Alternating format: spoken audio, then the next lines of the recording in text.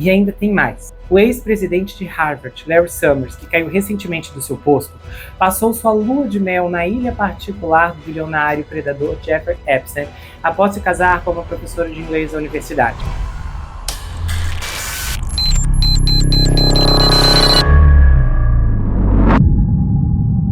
Olá pessoal, bem-vindos a esse canal. Eu sou Gustavo Negreiro, seu psicanalista favorito, e hoje estamos em mais uma atração do 24 Horas na Mira, em outro episódio que produzo sobre o Jeffrey Epstein. Inclusive tem uma playlist aqui que você encontra. Eu tenho trazido todas as associações dele, desde Bill Gates, Andrew e por aí vai. E hoje você vai ver fotos e detalhes do avião e, é claro, de outra revelação sombria envolvendo Harvard. Bom, pessoal, antes de começarmos o caso, eu preciso anunciar para você, que ainda não conhece, o meu novo livro, Perfeito Estranho, Uma Dobra à Meia-Noite. Eu já anunciei que se você adquirir agora, durante a fase de pré-venda, vai ter direito a todos esses marcadores que estão aparecendo aqui na tela, brindes exclusivos, o livro vai autografado se você quiser também, com o seu nome, é só explicitar isso. Você pode adquirir tanto pelo Instagram comigo, pode adquirir pelo meu site ou pelo Telegram, eu sou super acessível. E Uma Dobra à Meia-Noite é escrito em um formato único, formato roteiro. É muito fluido, é uma leitura que te envolve, que te emociona, e nesse suspense, o serial killer pode prever o futuro. Então é uma história que tem mais reviravoltas do que você consiga imaginar. Nós temos, inclusive, um grande núcleo que é um dos meus favoritos, a emissora Palladium, onde você vai ver as operações do dia a dia desse grupo de jornalistas, o âncora, todos tentando encobrir um crime chocante no meio dessa confusão. E, especificamente, eu separei uma cena que eu gostaria de ler aqui para vocês, em que uma personagem diz assim para o outro: se você está seguro, por que eu não vou estar? Se estarei com você. E ele responde: até eu corro perigo, mas eu não posso ir embora. Entre no seu carro e deixe a cidade sem olhar para trás. E ela responde: mas eu não tenho medo. E então ele diz: eu posso enfrentar isso sem você, mas não posso com você. Isso tudo perde o sentido se eu tivesse que arriscá-la. Se alguma coisa acontecer, eu nunca iria me perdoar. Não vale a pena. Esse livro aborda um conceito único sobre heranças geracionais e tem uma profundidade psicológica inédita. Se você é filho, você também é herdeiro, e o pesadelo está a um passo de distância, mas as respostas que você procura também. Perfeito Estranho, Uma Dobra à Meia-Noite. Bom, era uma esteira rolante de depravação, além de servir como meio de transporte para algumas das personalidades mais famosas do mundo, incluindo 2 presidentes dos Estados Unidos. Agora, mais segredos obscuros do infame avião particular Lolita Express do Jeffrey Epstein estão prestes a vir à tona com a iminente divulgação de arquivos do governo sobre o falecido financista predador. O notório traficante íntimo usava o seu Boeing 727-100 para transportar diversas celebridades internacionais ao redor do mundo, incluindo o ex-comandante-chefe Bill Clinton e o ex-príncipe Andrew, agora conhecido como o Sr. Andrew Mott Van Windsor. Mas ele também usava o indicativo N90JE para transportar suas jovens vítimas entre casas luxuosas em Nova York, nas Ilhas Virgens Americanas, no Novo México e em sua mansão à beira-mar em Palm Beach, na Flórida. O presidente Donald Trump, que constava como passageiro do jato, de acordo com os registros do voo, sancionou a lei de transparência Epstein em 19 de novembro.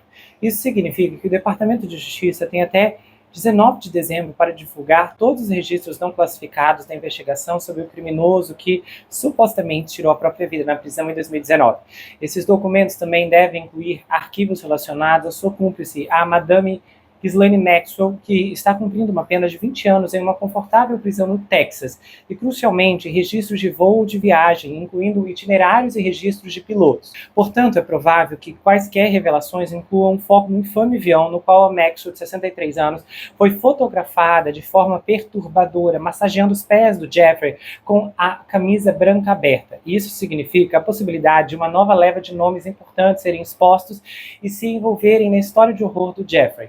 O jato, que fez seu último voo em 2016, estava abandonado no aeroporto Bransfield Golden Isles, na Geórgia, quando foi fotografado pelo Daily Mail em 2020. Nessas fotos exclusivas, você consegue ver o amplo leito da aeronave, que era dividida em uma série de cômodos. Tons berrantes de vermelho, marrom escuro, creme e latão dominavam a decoração, que incluía extensos painéis de madeira, paredes espelhadas e estofados macios.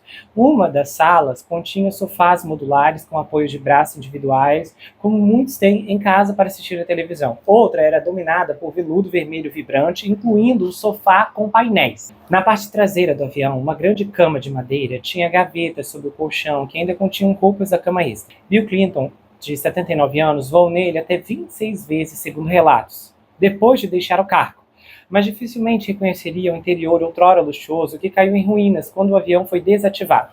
No entanto, indícios perturbadores do notório antigo proprietário permanecem, incluindo lenços de papel com monograma e um frasco de loção para bebês da Johnson's em uma banheira com painéis de madeira. Objetos banais como papel higiênico, garrafas de água e até instantâneo eram outros lembretes da antiga vida do jato, corroído e praticamente sem valor. O avião chegou a Georgia vindo de Palm Beach em 11 de julho de 2016 e teve seu registro cancelado 3 anos depois. 2 anos atrás, a World Aviation Service, com sede na Flórida, que o adquiriu, segundo o Daily Mail informou, que ele seria desmontado após não conseguir encontrar um comprador. Os representantes do Bill Clinton afirmaram que ele voou no Lolita Express em 4 viagens no total, relacionados a trabalhos humanitários e filantrópicos para sua fundação. Isso inclui várias escalas de voo para locais como Marrocos, China, Armênia, Japão, Singapura, Noruega e Bélgica. O ex-presidente afirmou repetidamente que desconhecia os crimes do Epstein, e ele também negou ter visitado o notório refúgio do predador em Little St. James, nas Ilhas Virgens Americanas, para onde meninas eram levadas para serem horrivelmente violadas intimamente. No entanto, ele foi fotografado em 2002 recebendo uma massagem no pescoço de Chantal Davis, uma massagista que se tornou atriz na época com 22 anos, que posteriormente se tornou uma das acusadoras do Jeffrey. A foto mostra ele sorrindo enquanto Davis, ajoelhada, massageia seus ombros em uma poltrona de sala de espera de aeroporto durante uma escala para reabastecimento do Lolita Express em Portugal, em uma viagem de fundação para a África. A Maxwell também estava no voo e, segundo relatos, incentivou Davis a aplicar o tratamento em Clinton depois que ele reclamou de uma rigidez no pescoço. A ex-terapeuta, que posteriormente acusou Jeffrey de tê-la violado repetidamente, disse que o Bill foi um perfeito cavalheiro durante a viagem, que não viu absolutamente nada de errado da parte dele. Um dos passageiros da missão da fundação do Clinton à África era Kevin Spacey, de 65 anos, vencedor do Oscar, que disse haver meninas jovens no avião. A controversa estrela de House of Cards, que foi fotografado com Maxwell em um trono no Palácio de Buckingham, pediu que todos os arquivos do Jeffrey se tornassem públicos. Ele disse assim: para aqueles de nós que não têm nada a temer, a verdade não pode chegar mais cedo. O presidente Trump foi citado como passageiro em um registro de voo revelado no julgamento de Maxwell em 2021 em Nova York, no qual ela foi considerada culpada de 6 acusações, incluindo o tráfico de menores. O documento mostra que ele fez uma viagem de 2 etapas em maio de 1994 com a ex-esposa Marla Maples e a filha pequena Tiffany para Teterboro, Nova Jersey. Entretanto, os registros indicam que o ex-príncipe Andrew, cuja humilhação pública por sua associação com Jeffrey foi selada no início desse mês, quando teve seu título cassado, fez 4 viagens no Lolita Express. Isso inclui um voo em 1999 das Ilhas Virgens Americanas para Palm Beach com a modelo russa Anne Malova, que mais tarde foi presa nos Estados Unidos por posse de analgésicos controlados. O ex-príncipe negou ter pisado em Little St. James, no arquipélago, e o piloto de Epstein, David Rogers, afirmou em depoimento judicial que o Andrew voou no jato pelo menos 2 vezes com a trágica Virginia Giuffre, que alegou ter sido oferecida ao príncipe pelo predador Jeffrey. A Virginia recebeu cerca de 16 milhões de dólares em um acordo confidencial com o Andrew em 2022, apesar do príncipe continuar negando as acusações de violação íntima contra ela. Ela acabou tirando a própria vida em abril deste ano em sua casa na Austrália. E ainda tem mais. O ex-presidente de Harvard, Larry Summers, que caiu recentemente do seu posto, passou sua lua de mel na ilha particular do bilionário predador Jeffrey Epstein após se casar com uma professora de inglês da universidade.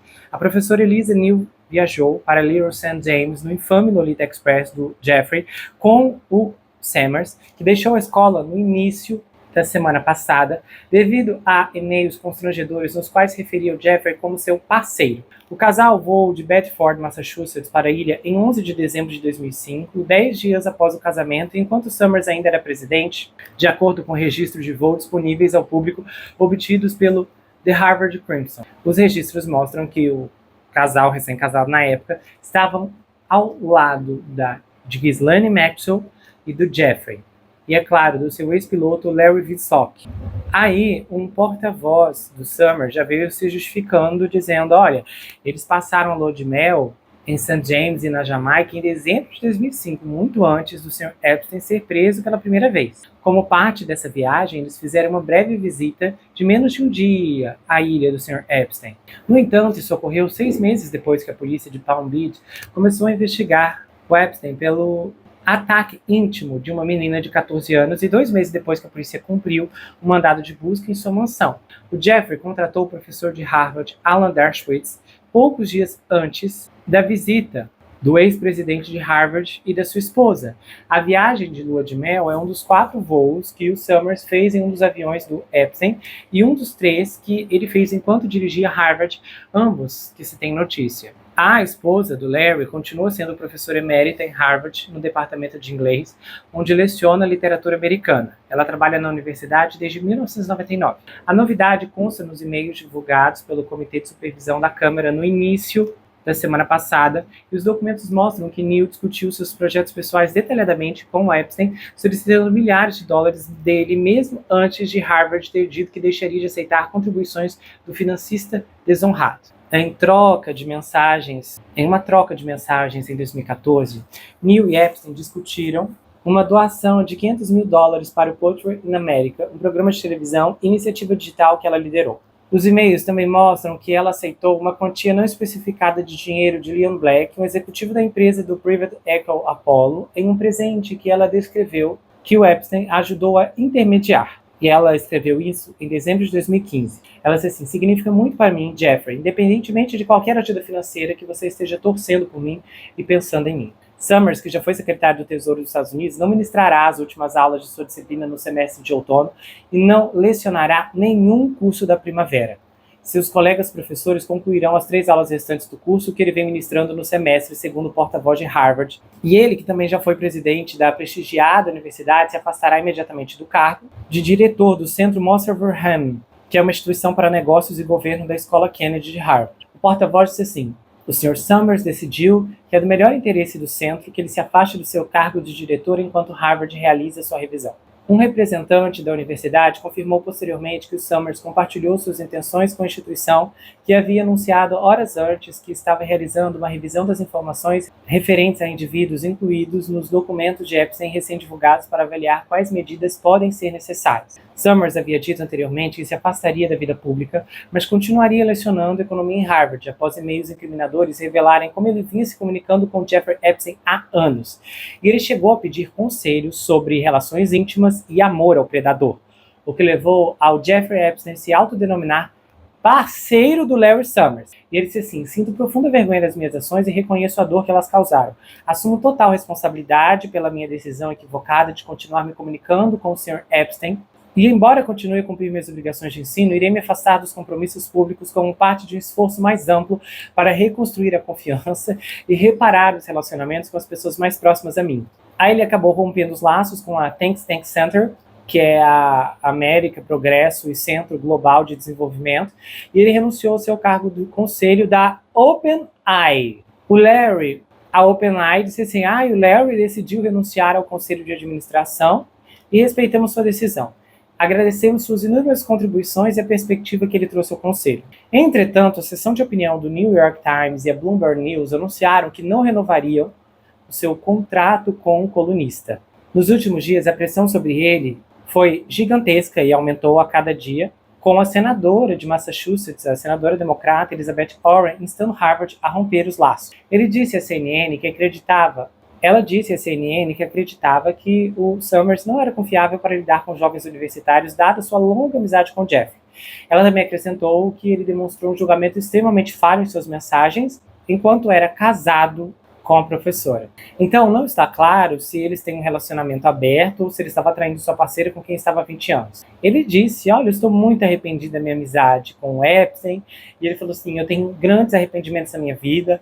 E como eu já disse antes, minha associação com ele foi um grande erro de julgamento. O Larry Summers trabalha em Harvard desde 1993, quando se tornou professor de economia. E ele foi reitor da universidade de 2001 a 2006, quando renunciou após um voto de desconfiança do corpo docente devido a um discurso em que sugeriu que a falta de mulheres na ciência e na engenharia poderia estar ligada a diferenças em suas aptidões para essas áreas. Antes de ingressar no corpo docente de Harvard, ele atuou como secretário do Tesouro durante o governo do Bill Clinton, e ele também foi consultor da campanha presidencial de Joe Biden. Mas quando Harvard realizou uma revisão dos laços de Epstein com a instituição, incluindo documentos financeiros e reuniões com membros do corpo docente, o nome do Summers surgiu em uma citação do site de Programa de Dinâmica Evolutiva que ele estabeleceu com o financiamento do Jeffrey. Segundo o relatório de maio de 2020, o Jeffrey visitou os escritórios do programa dezenas de vezes entre 2010 e 2018, segundo o Wall Street Journal. Nas trocas de e-mails datadas entre 2013 e 2019,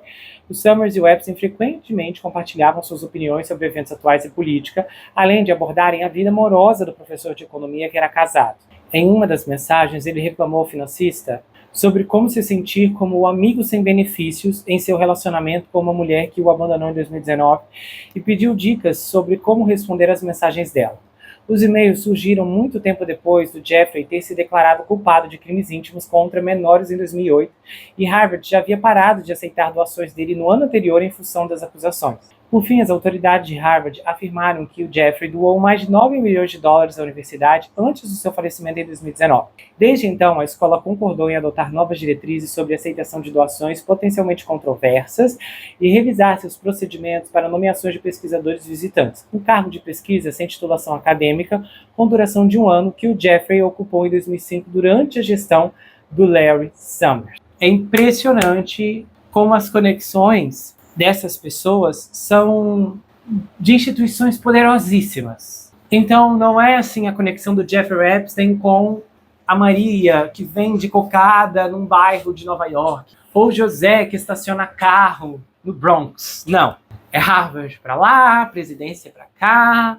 É perturbador. O mais chocante é que a continuidade dessas conversas mostram que, simplesmente, a conexão aqui era muito mais profunda. Inclusive o fato dele pedir conselhos amorosos para o Jeffrey, que não foi especificamente condenado por fraude, enriquecimento ilícito, suborno. Não. Foi violação de menores. E você pede conselhos a ele? Então, isso traduz um cenário muito interessante aqui.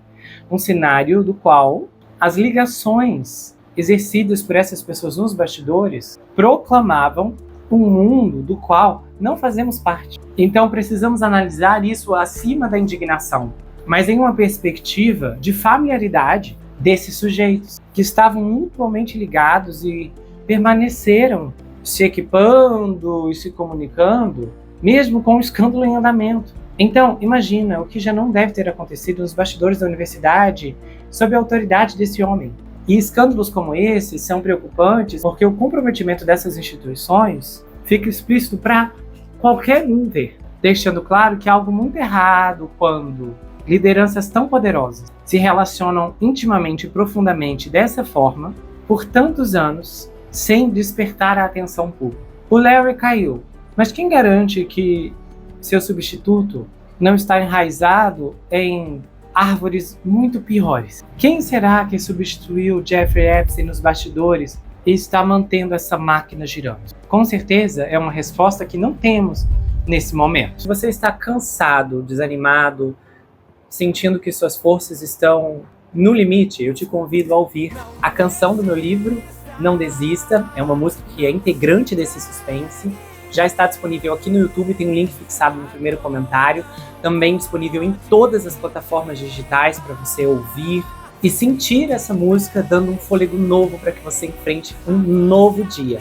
No livro, o pesadelo está a um passo de distância, mas na música, tudo está a um passo de distância. Inclusive a resposta que você tanto espera. Espero que essa canção fale com você, transforme o seu dia, impulsionando a ir adiante e dar mais um passo. Não deixe de ouvir, não desista e de conhecer meu livro Uma Dobra Meia-Noite.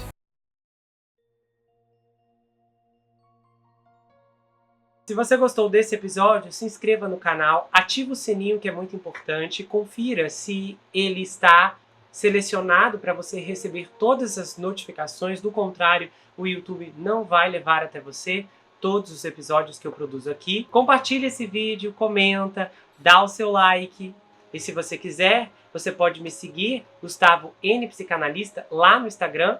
Eu também tenho um canal de cortes, onde as análises são recortadas e postadas por lá, além que eu também tenho um grupo no Telegram, onde eu faço postagens recorrentes, converso com os inscritos, faço enquetes, tenho uma interação muito exclusiva e colaborativa por lá. E se você quiser saber mais sobre mim, adquira meu livro Perfeito Estranho.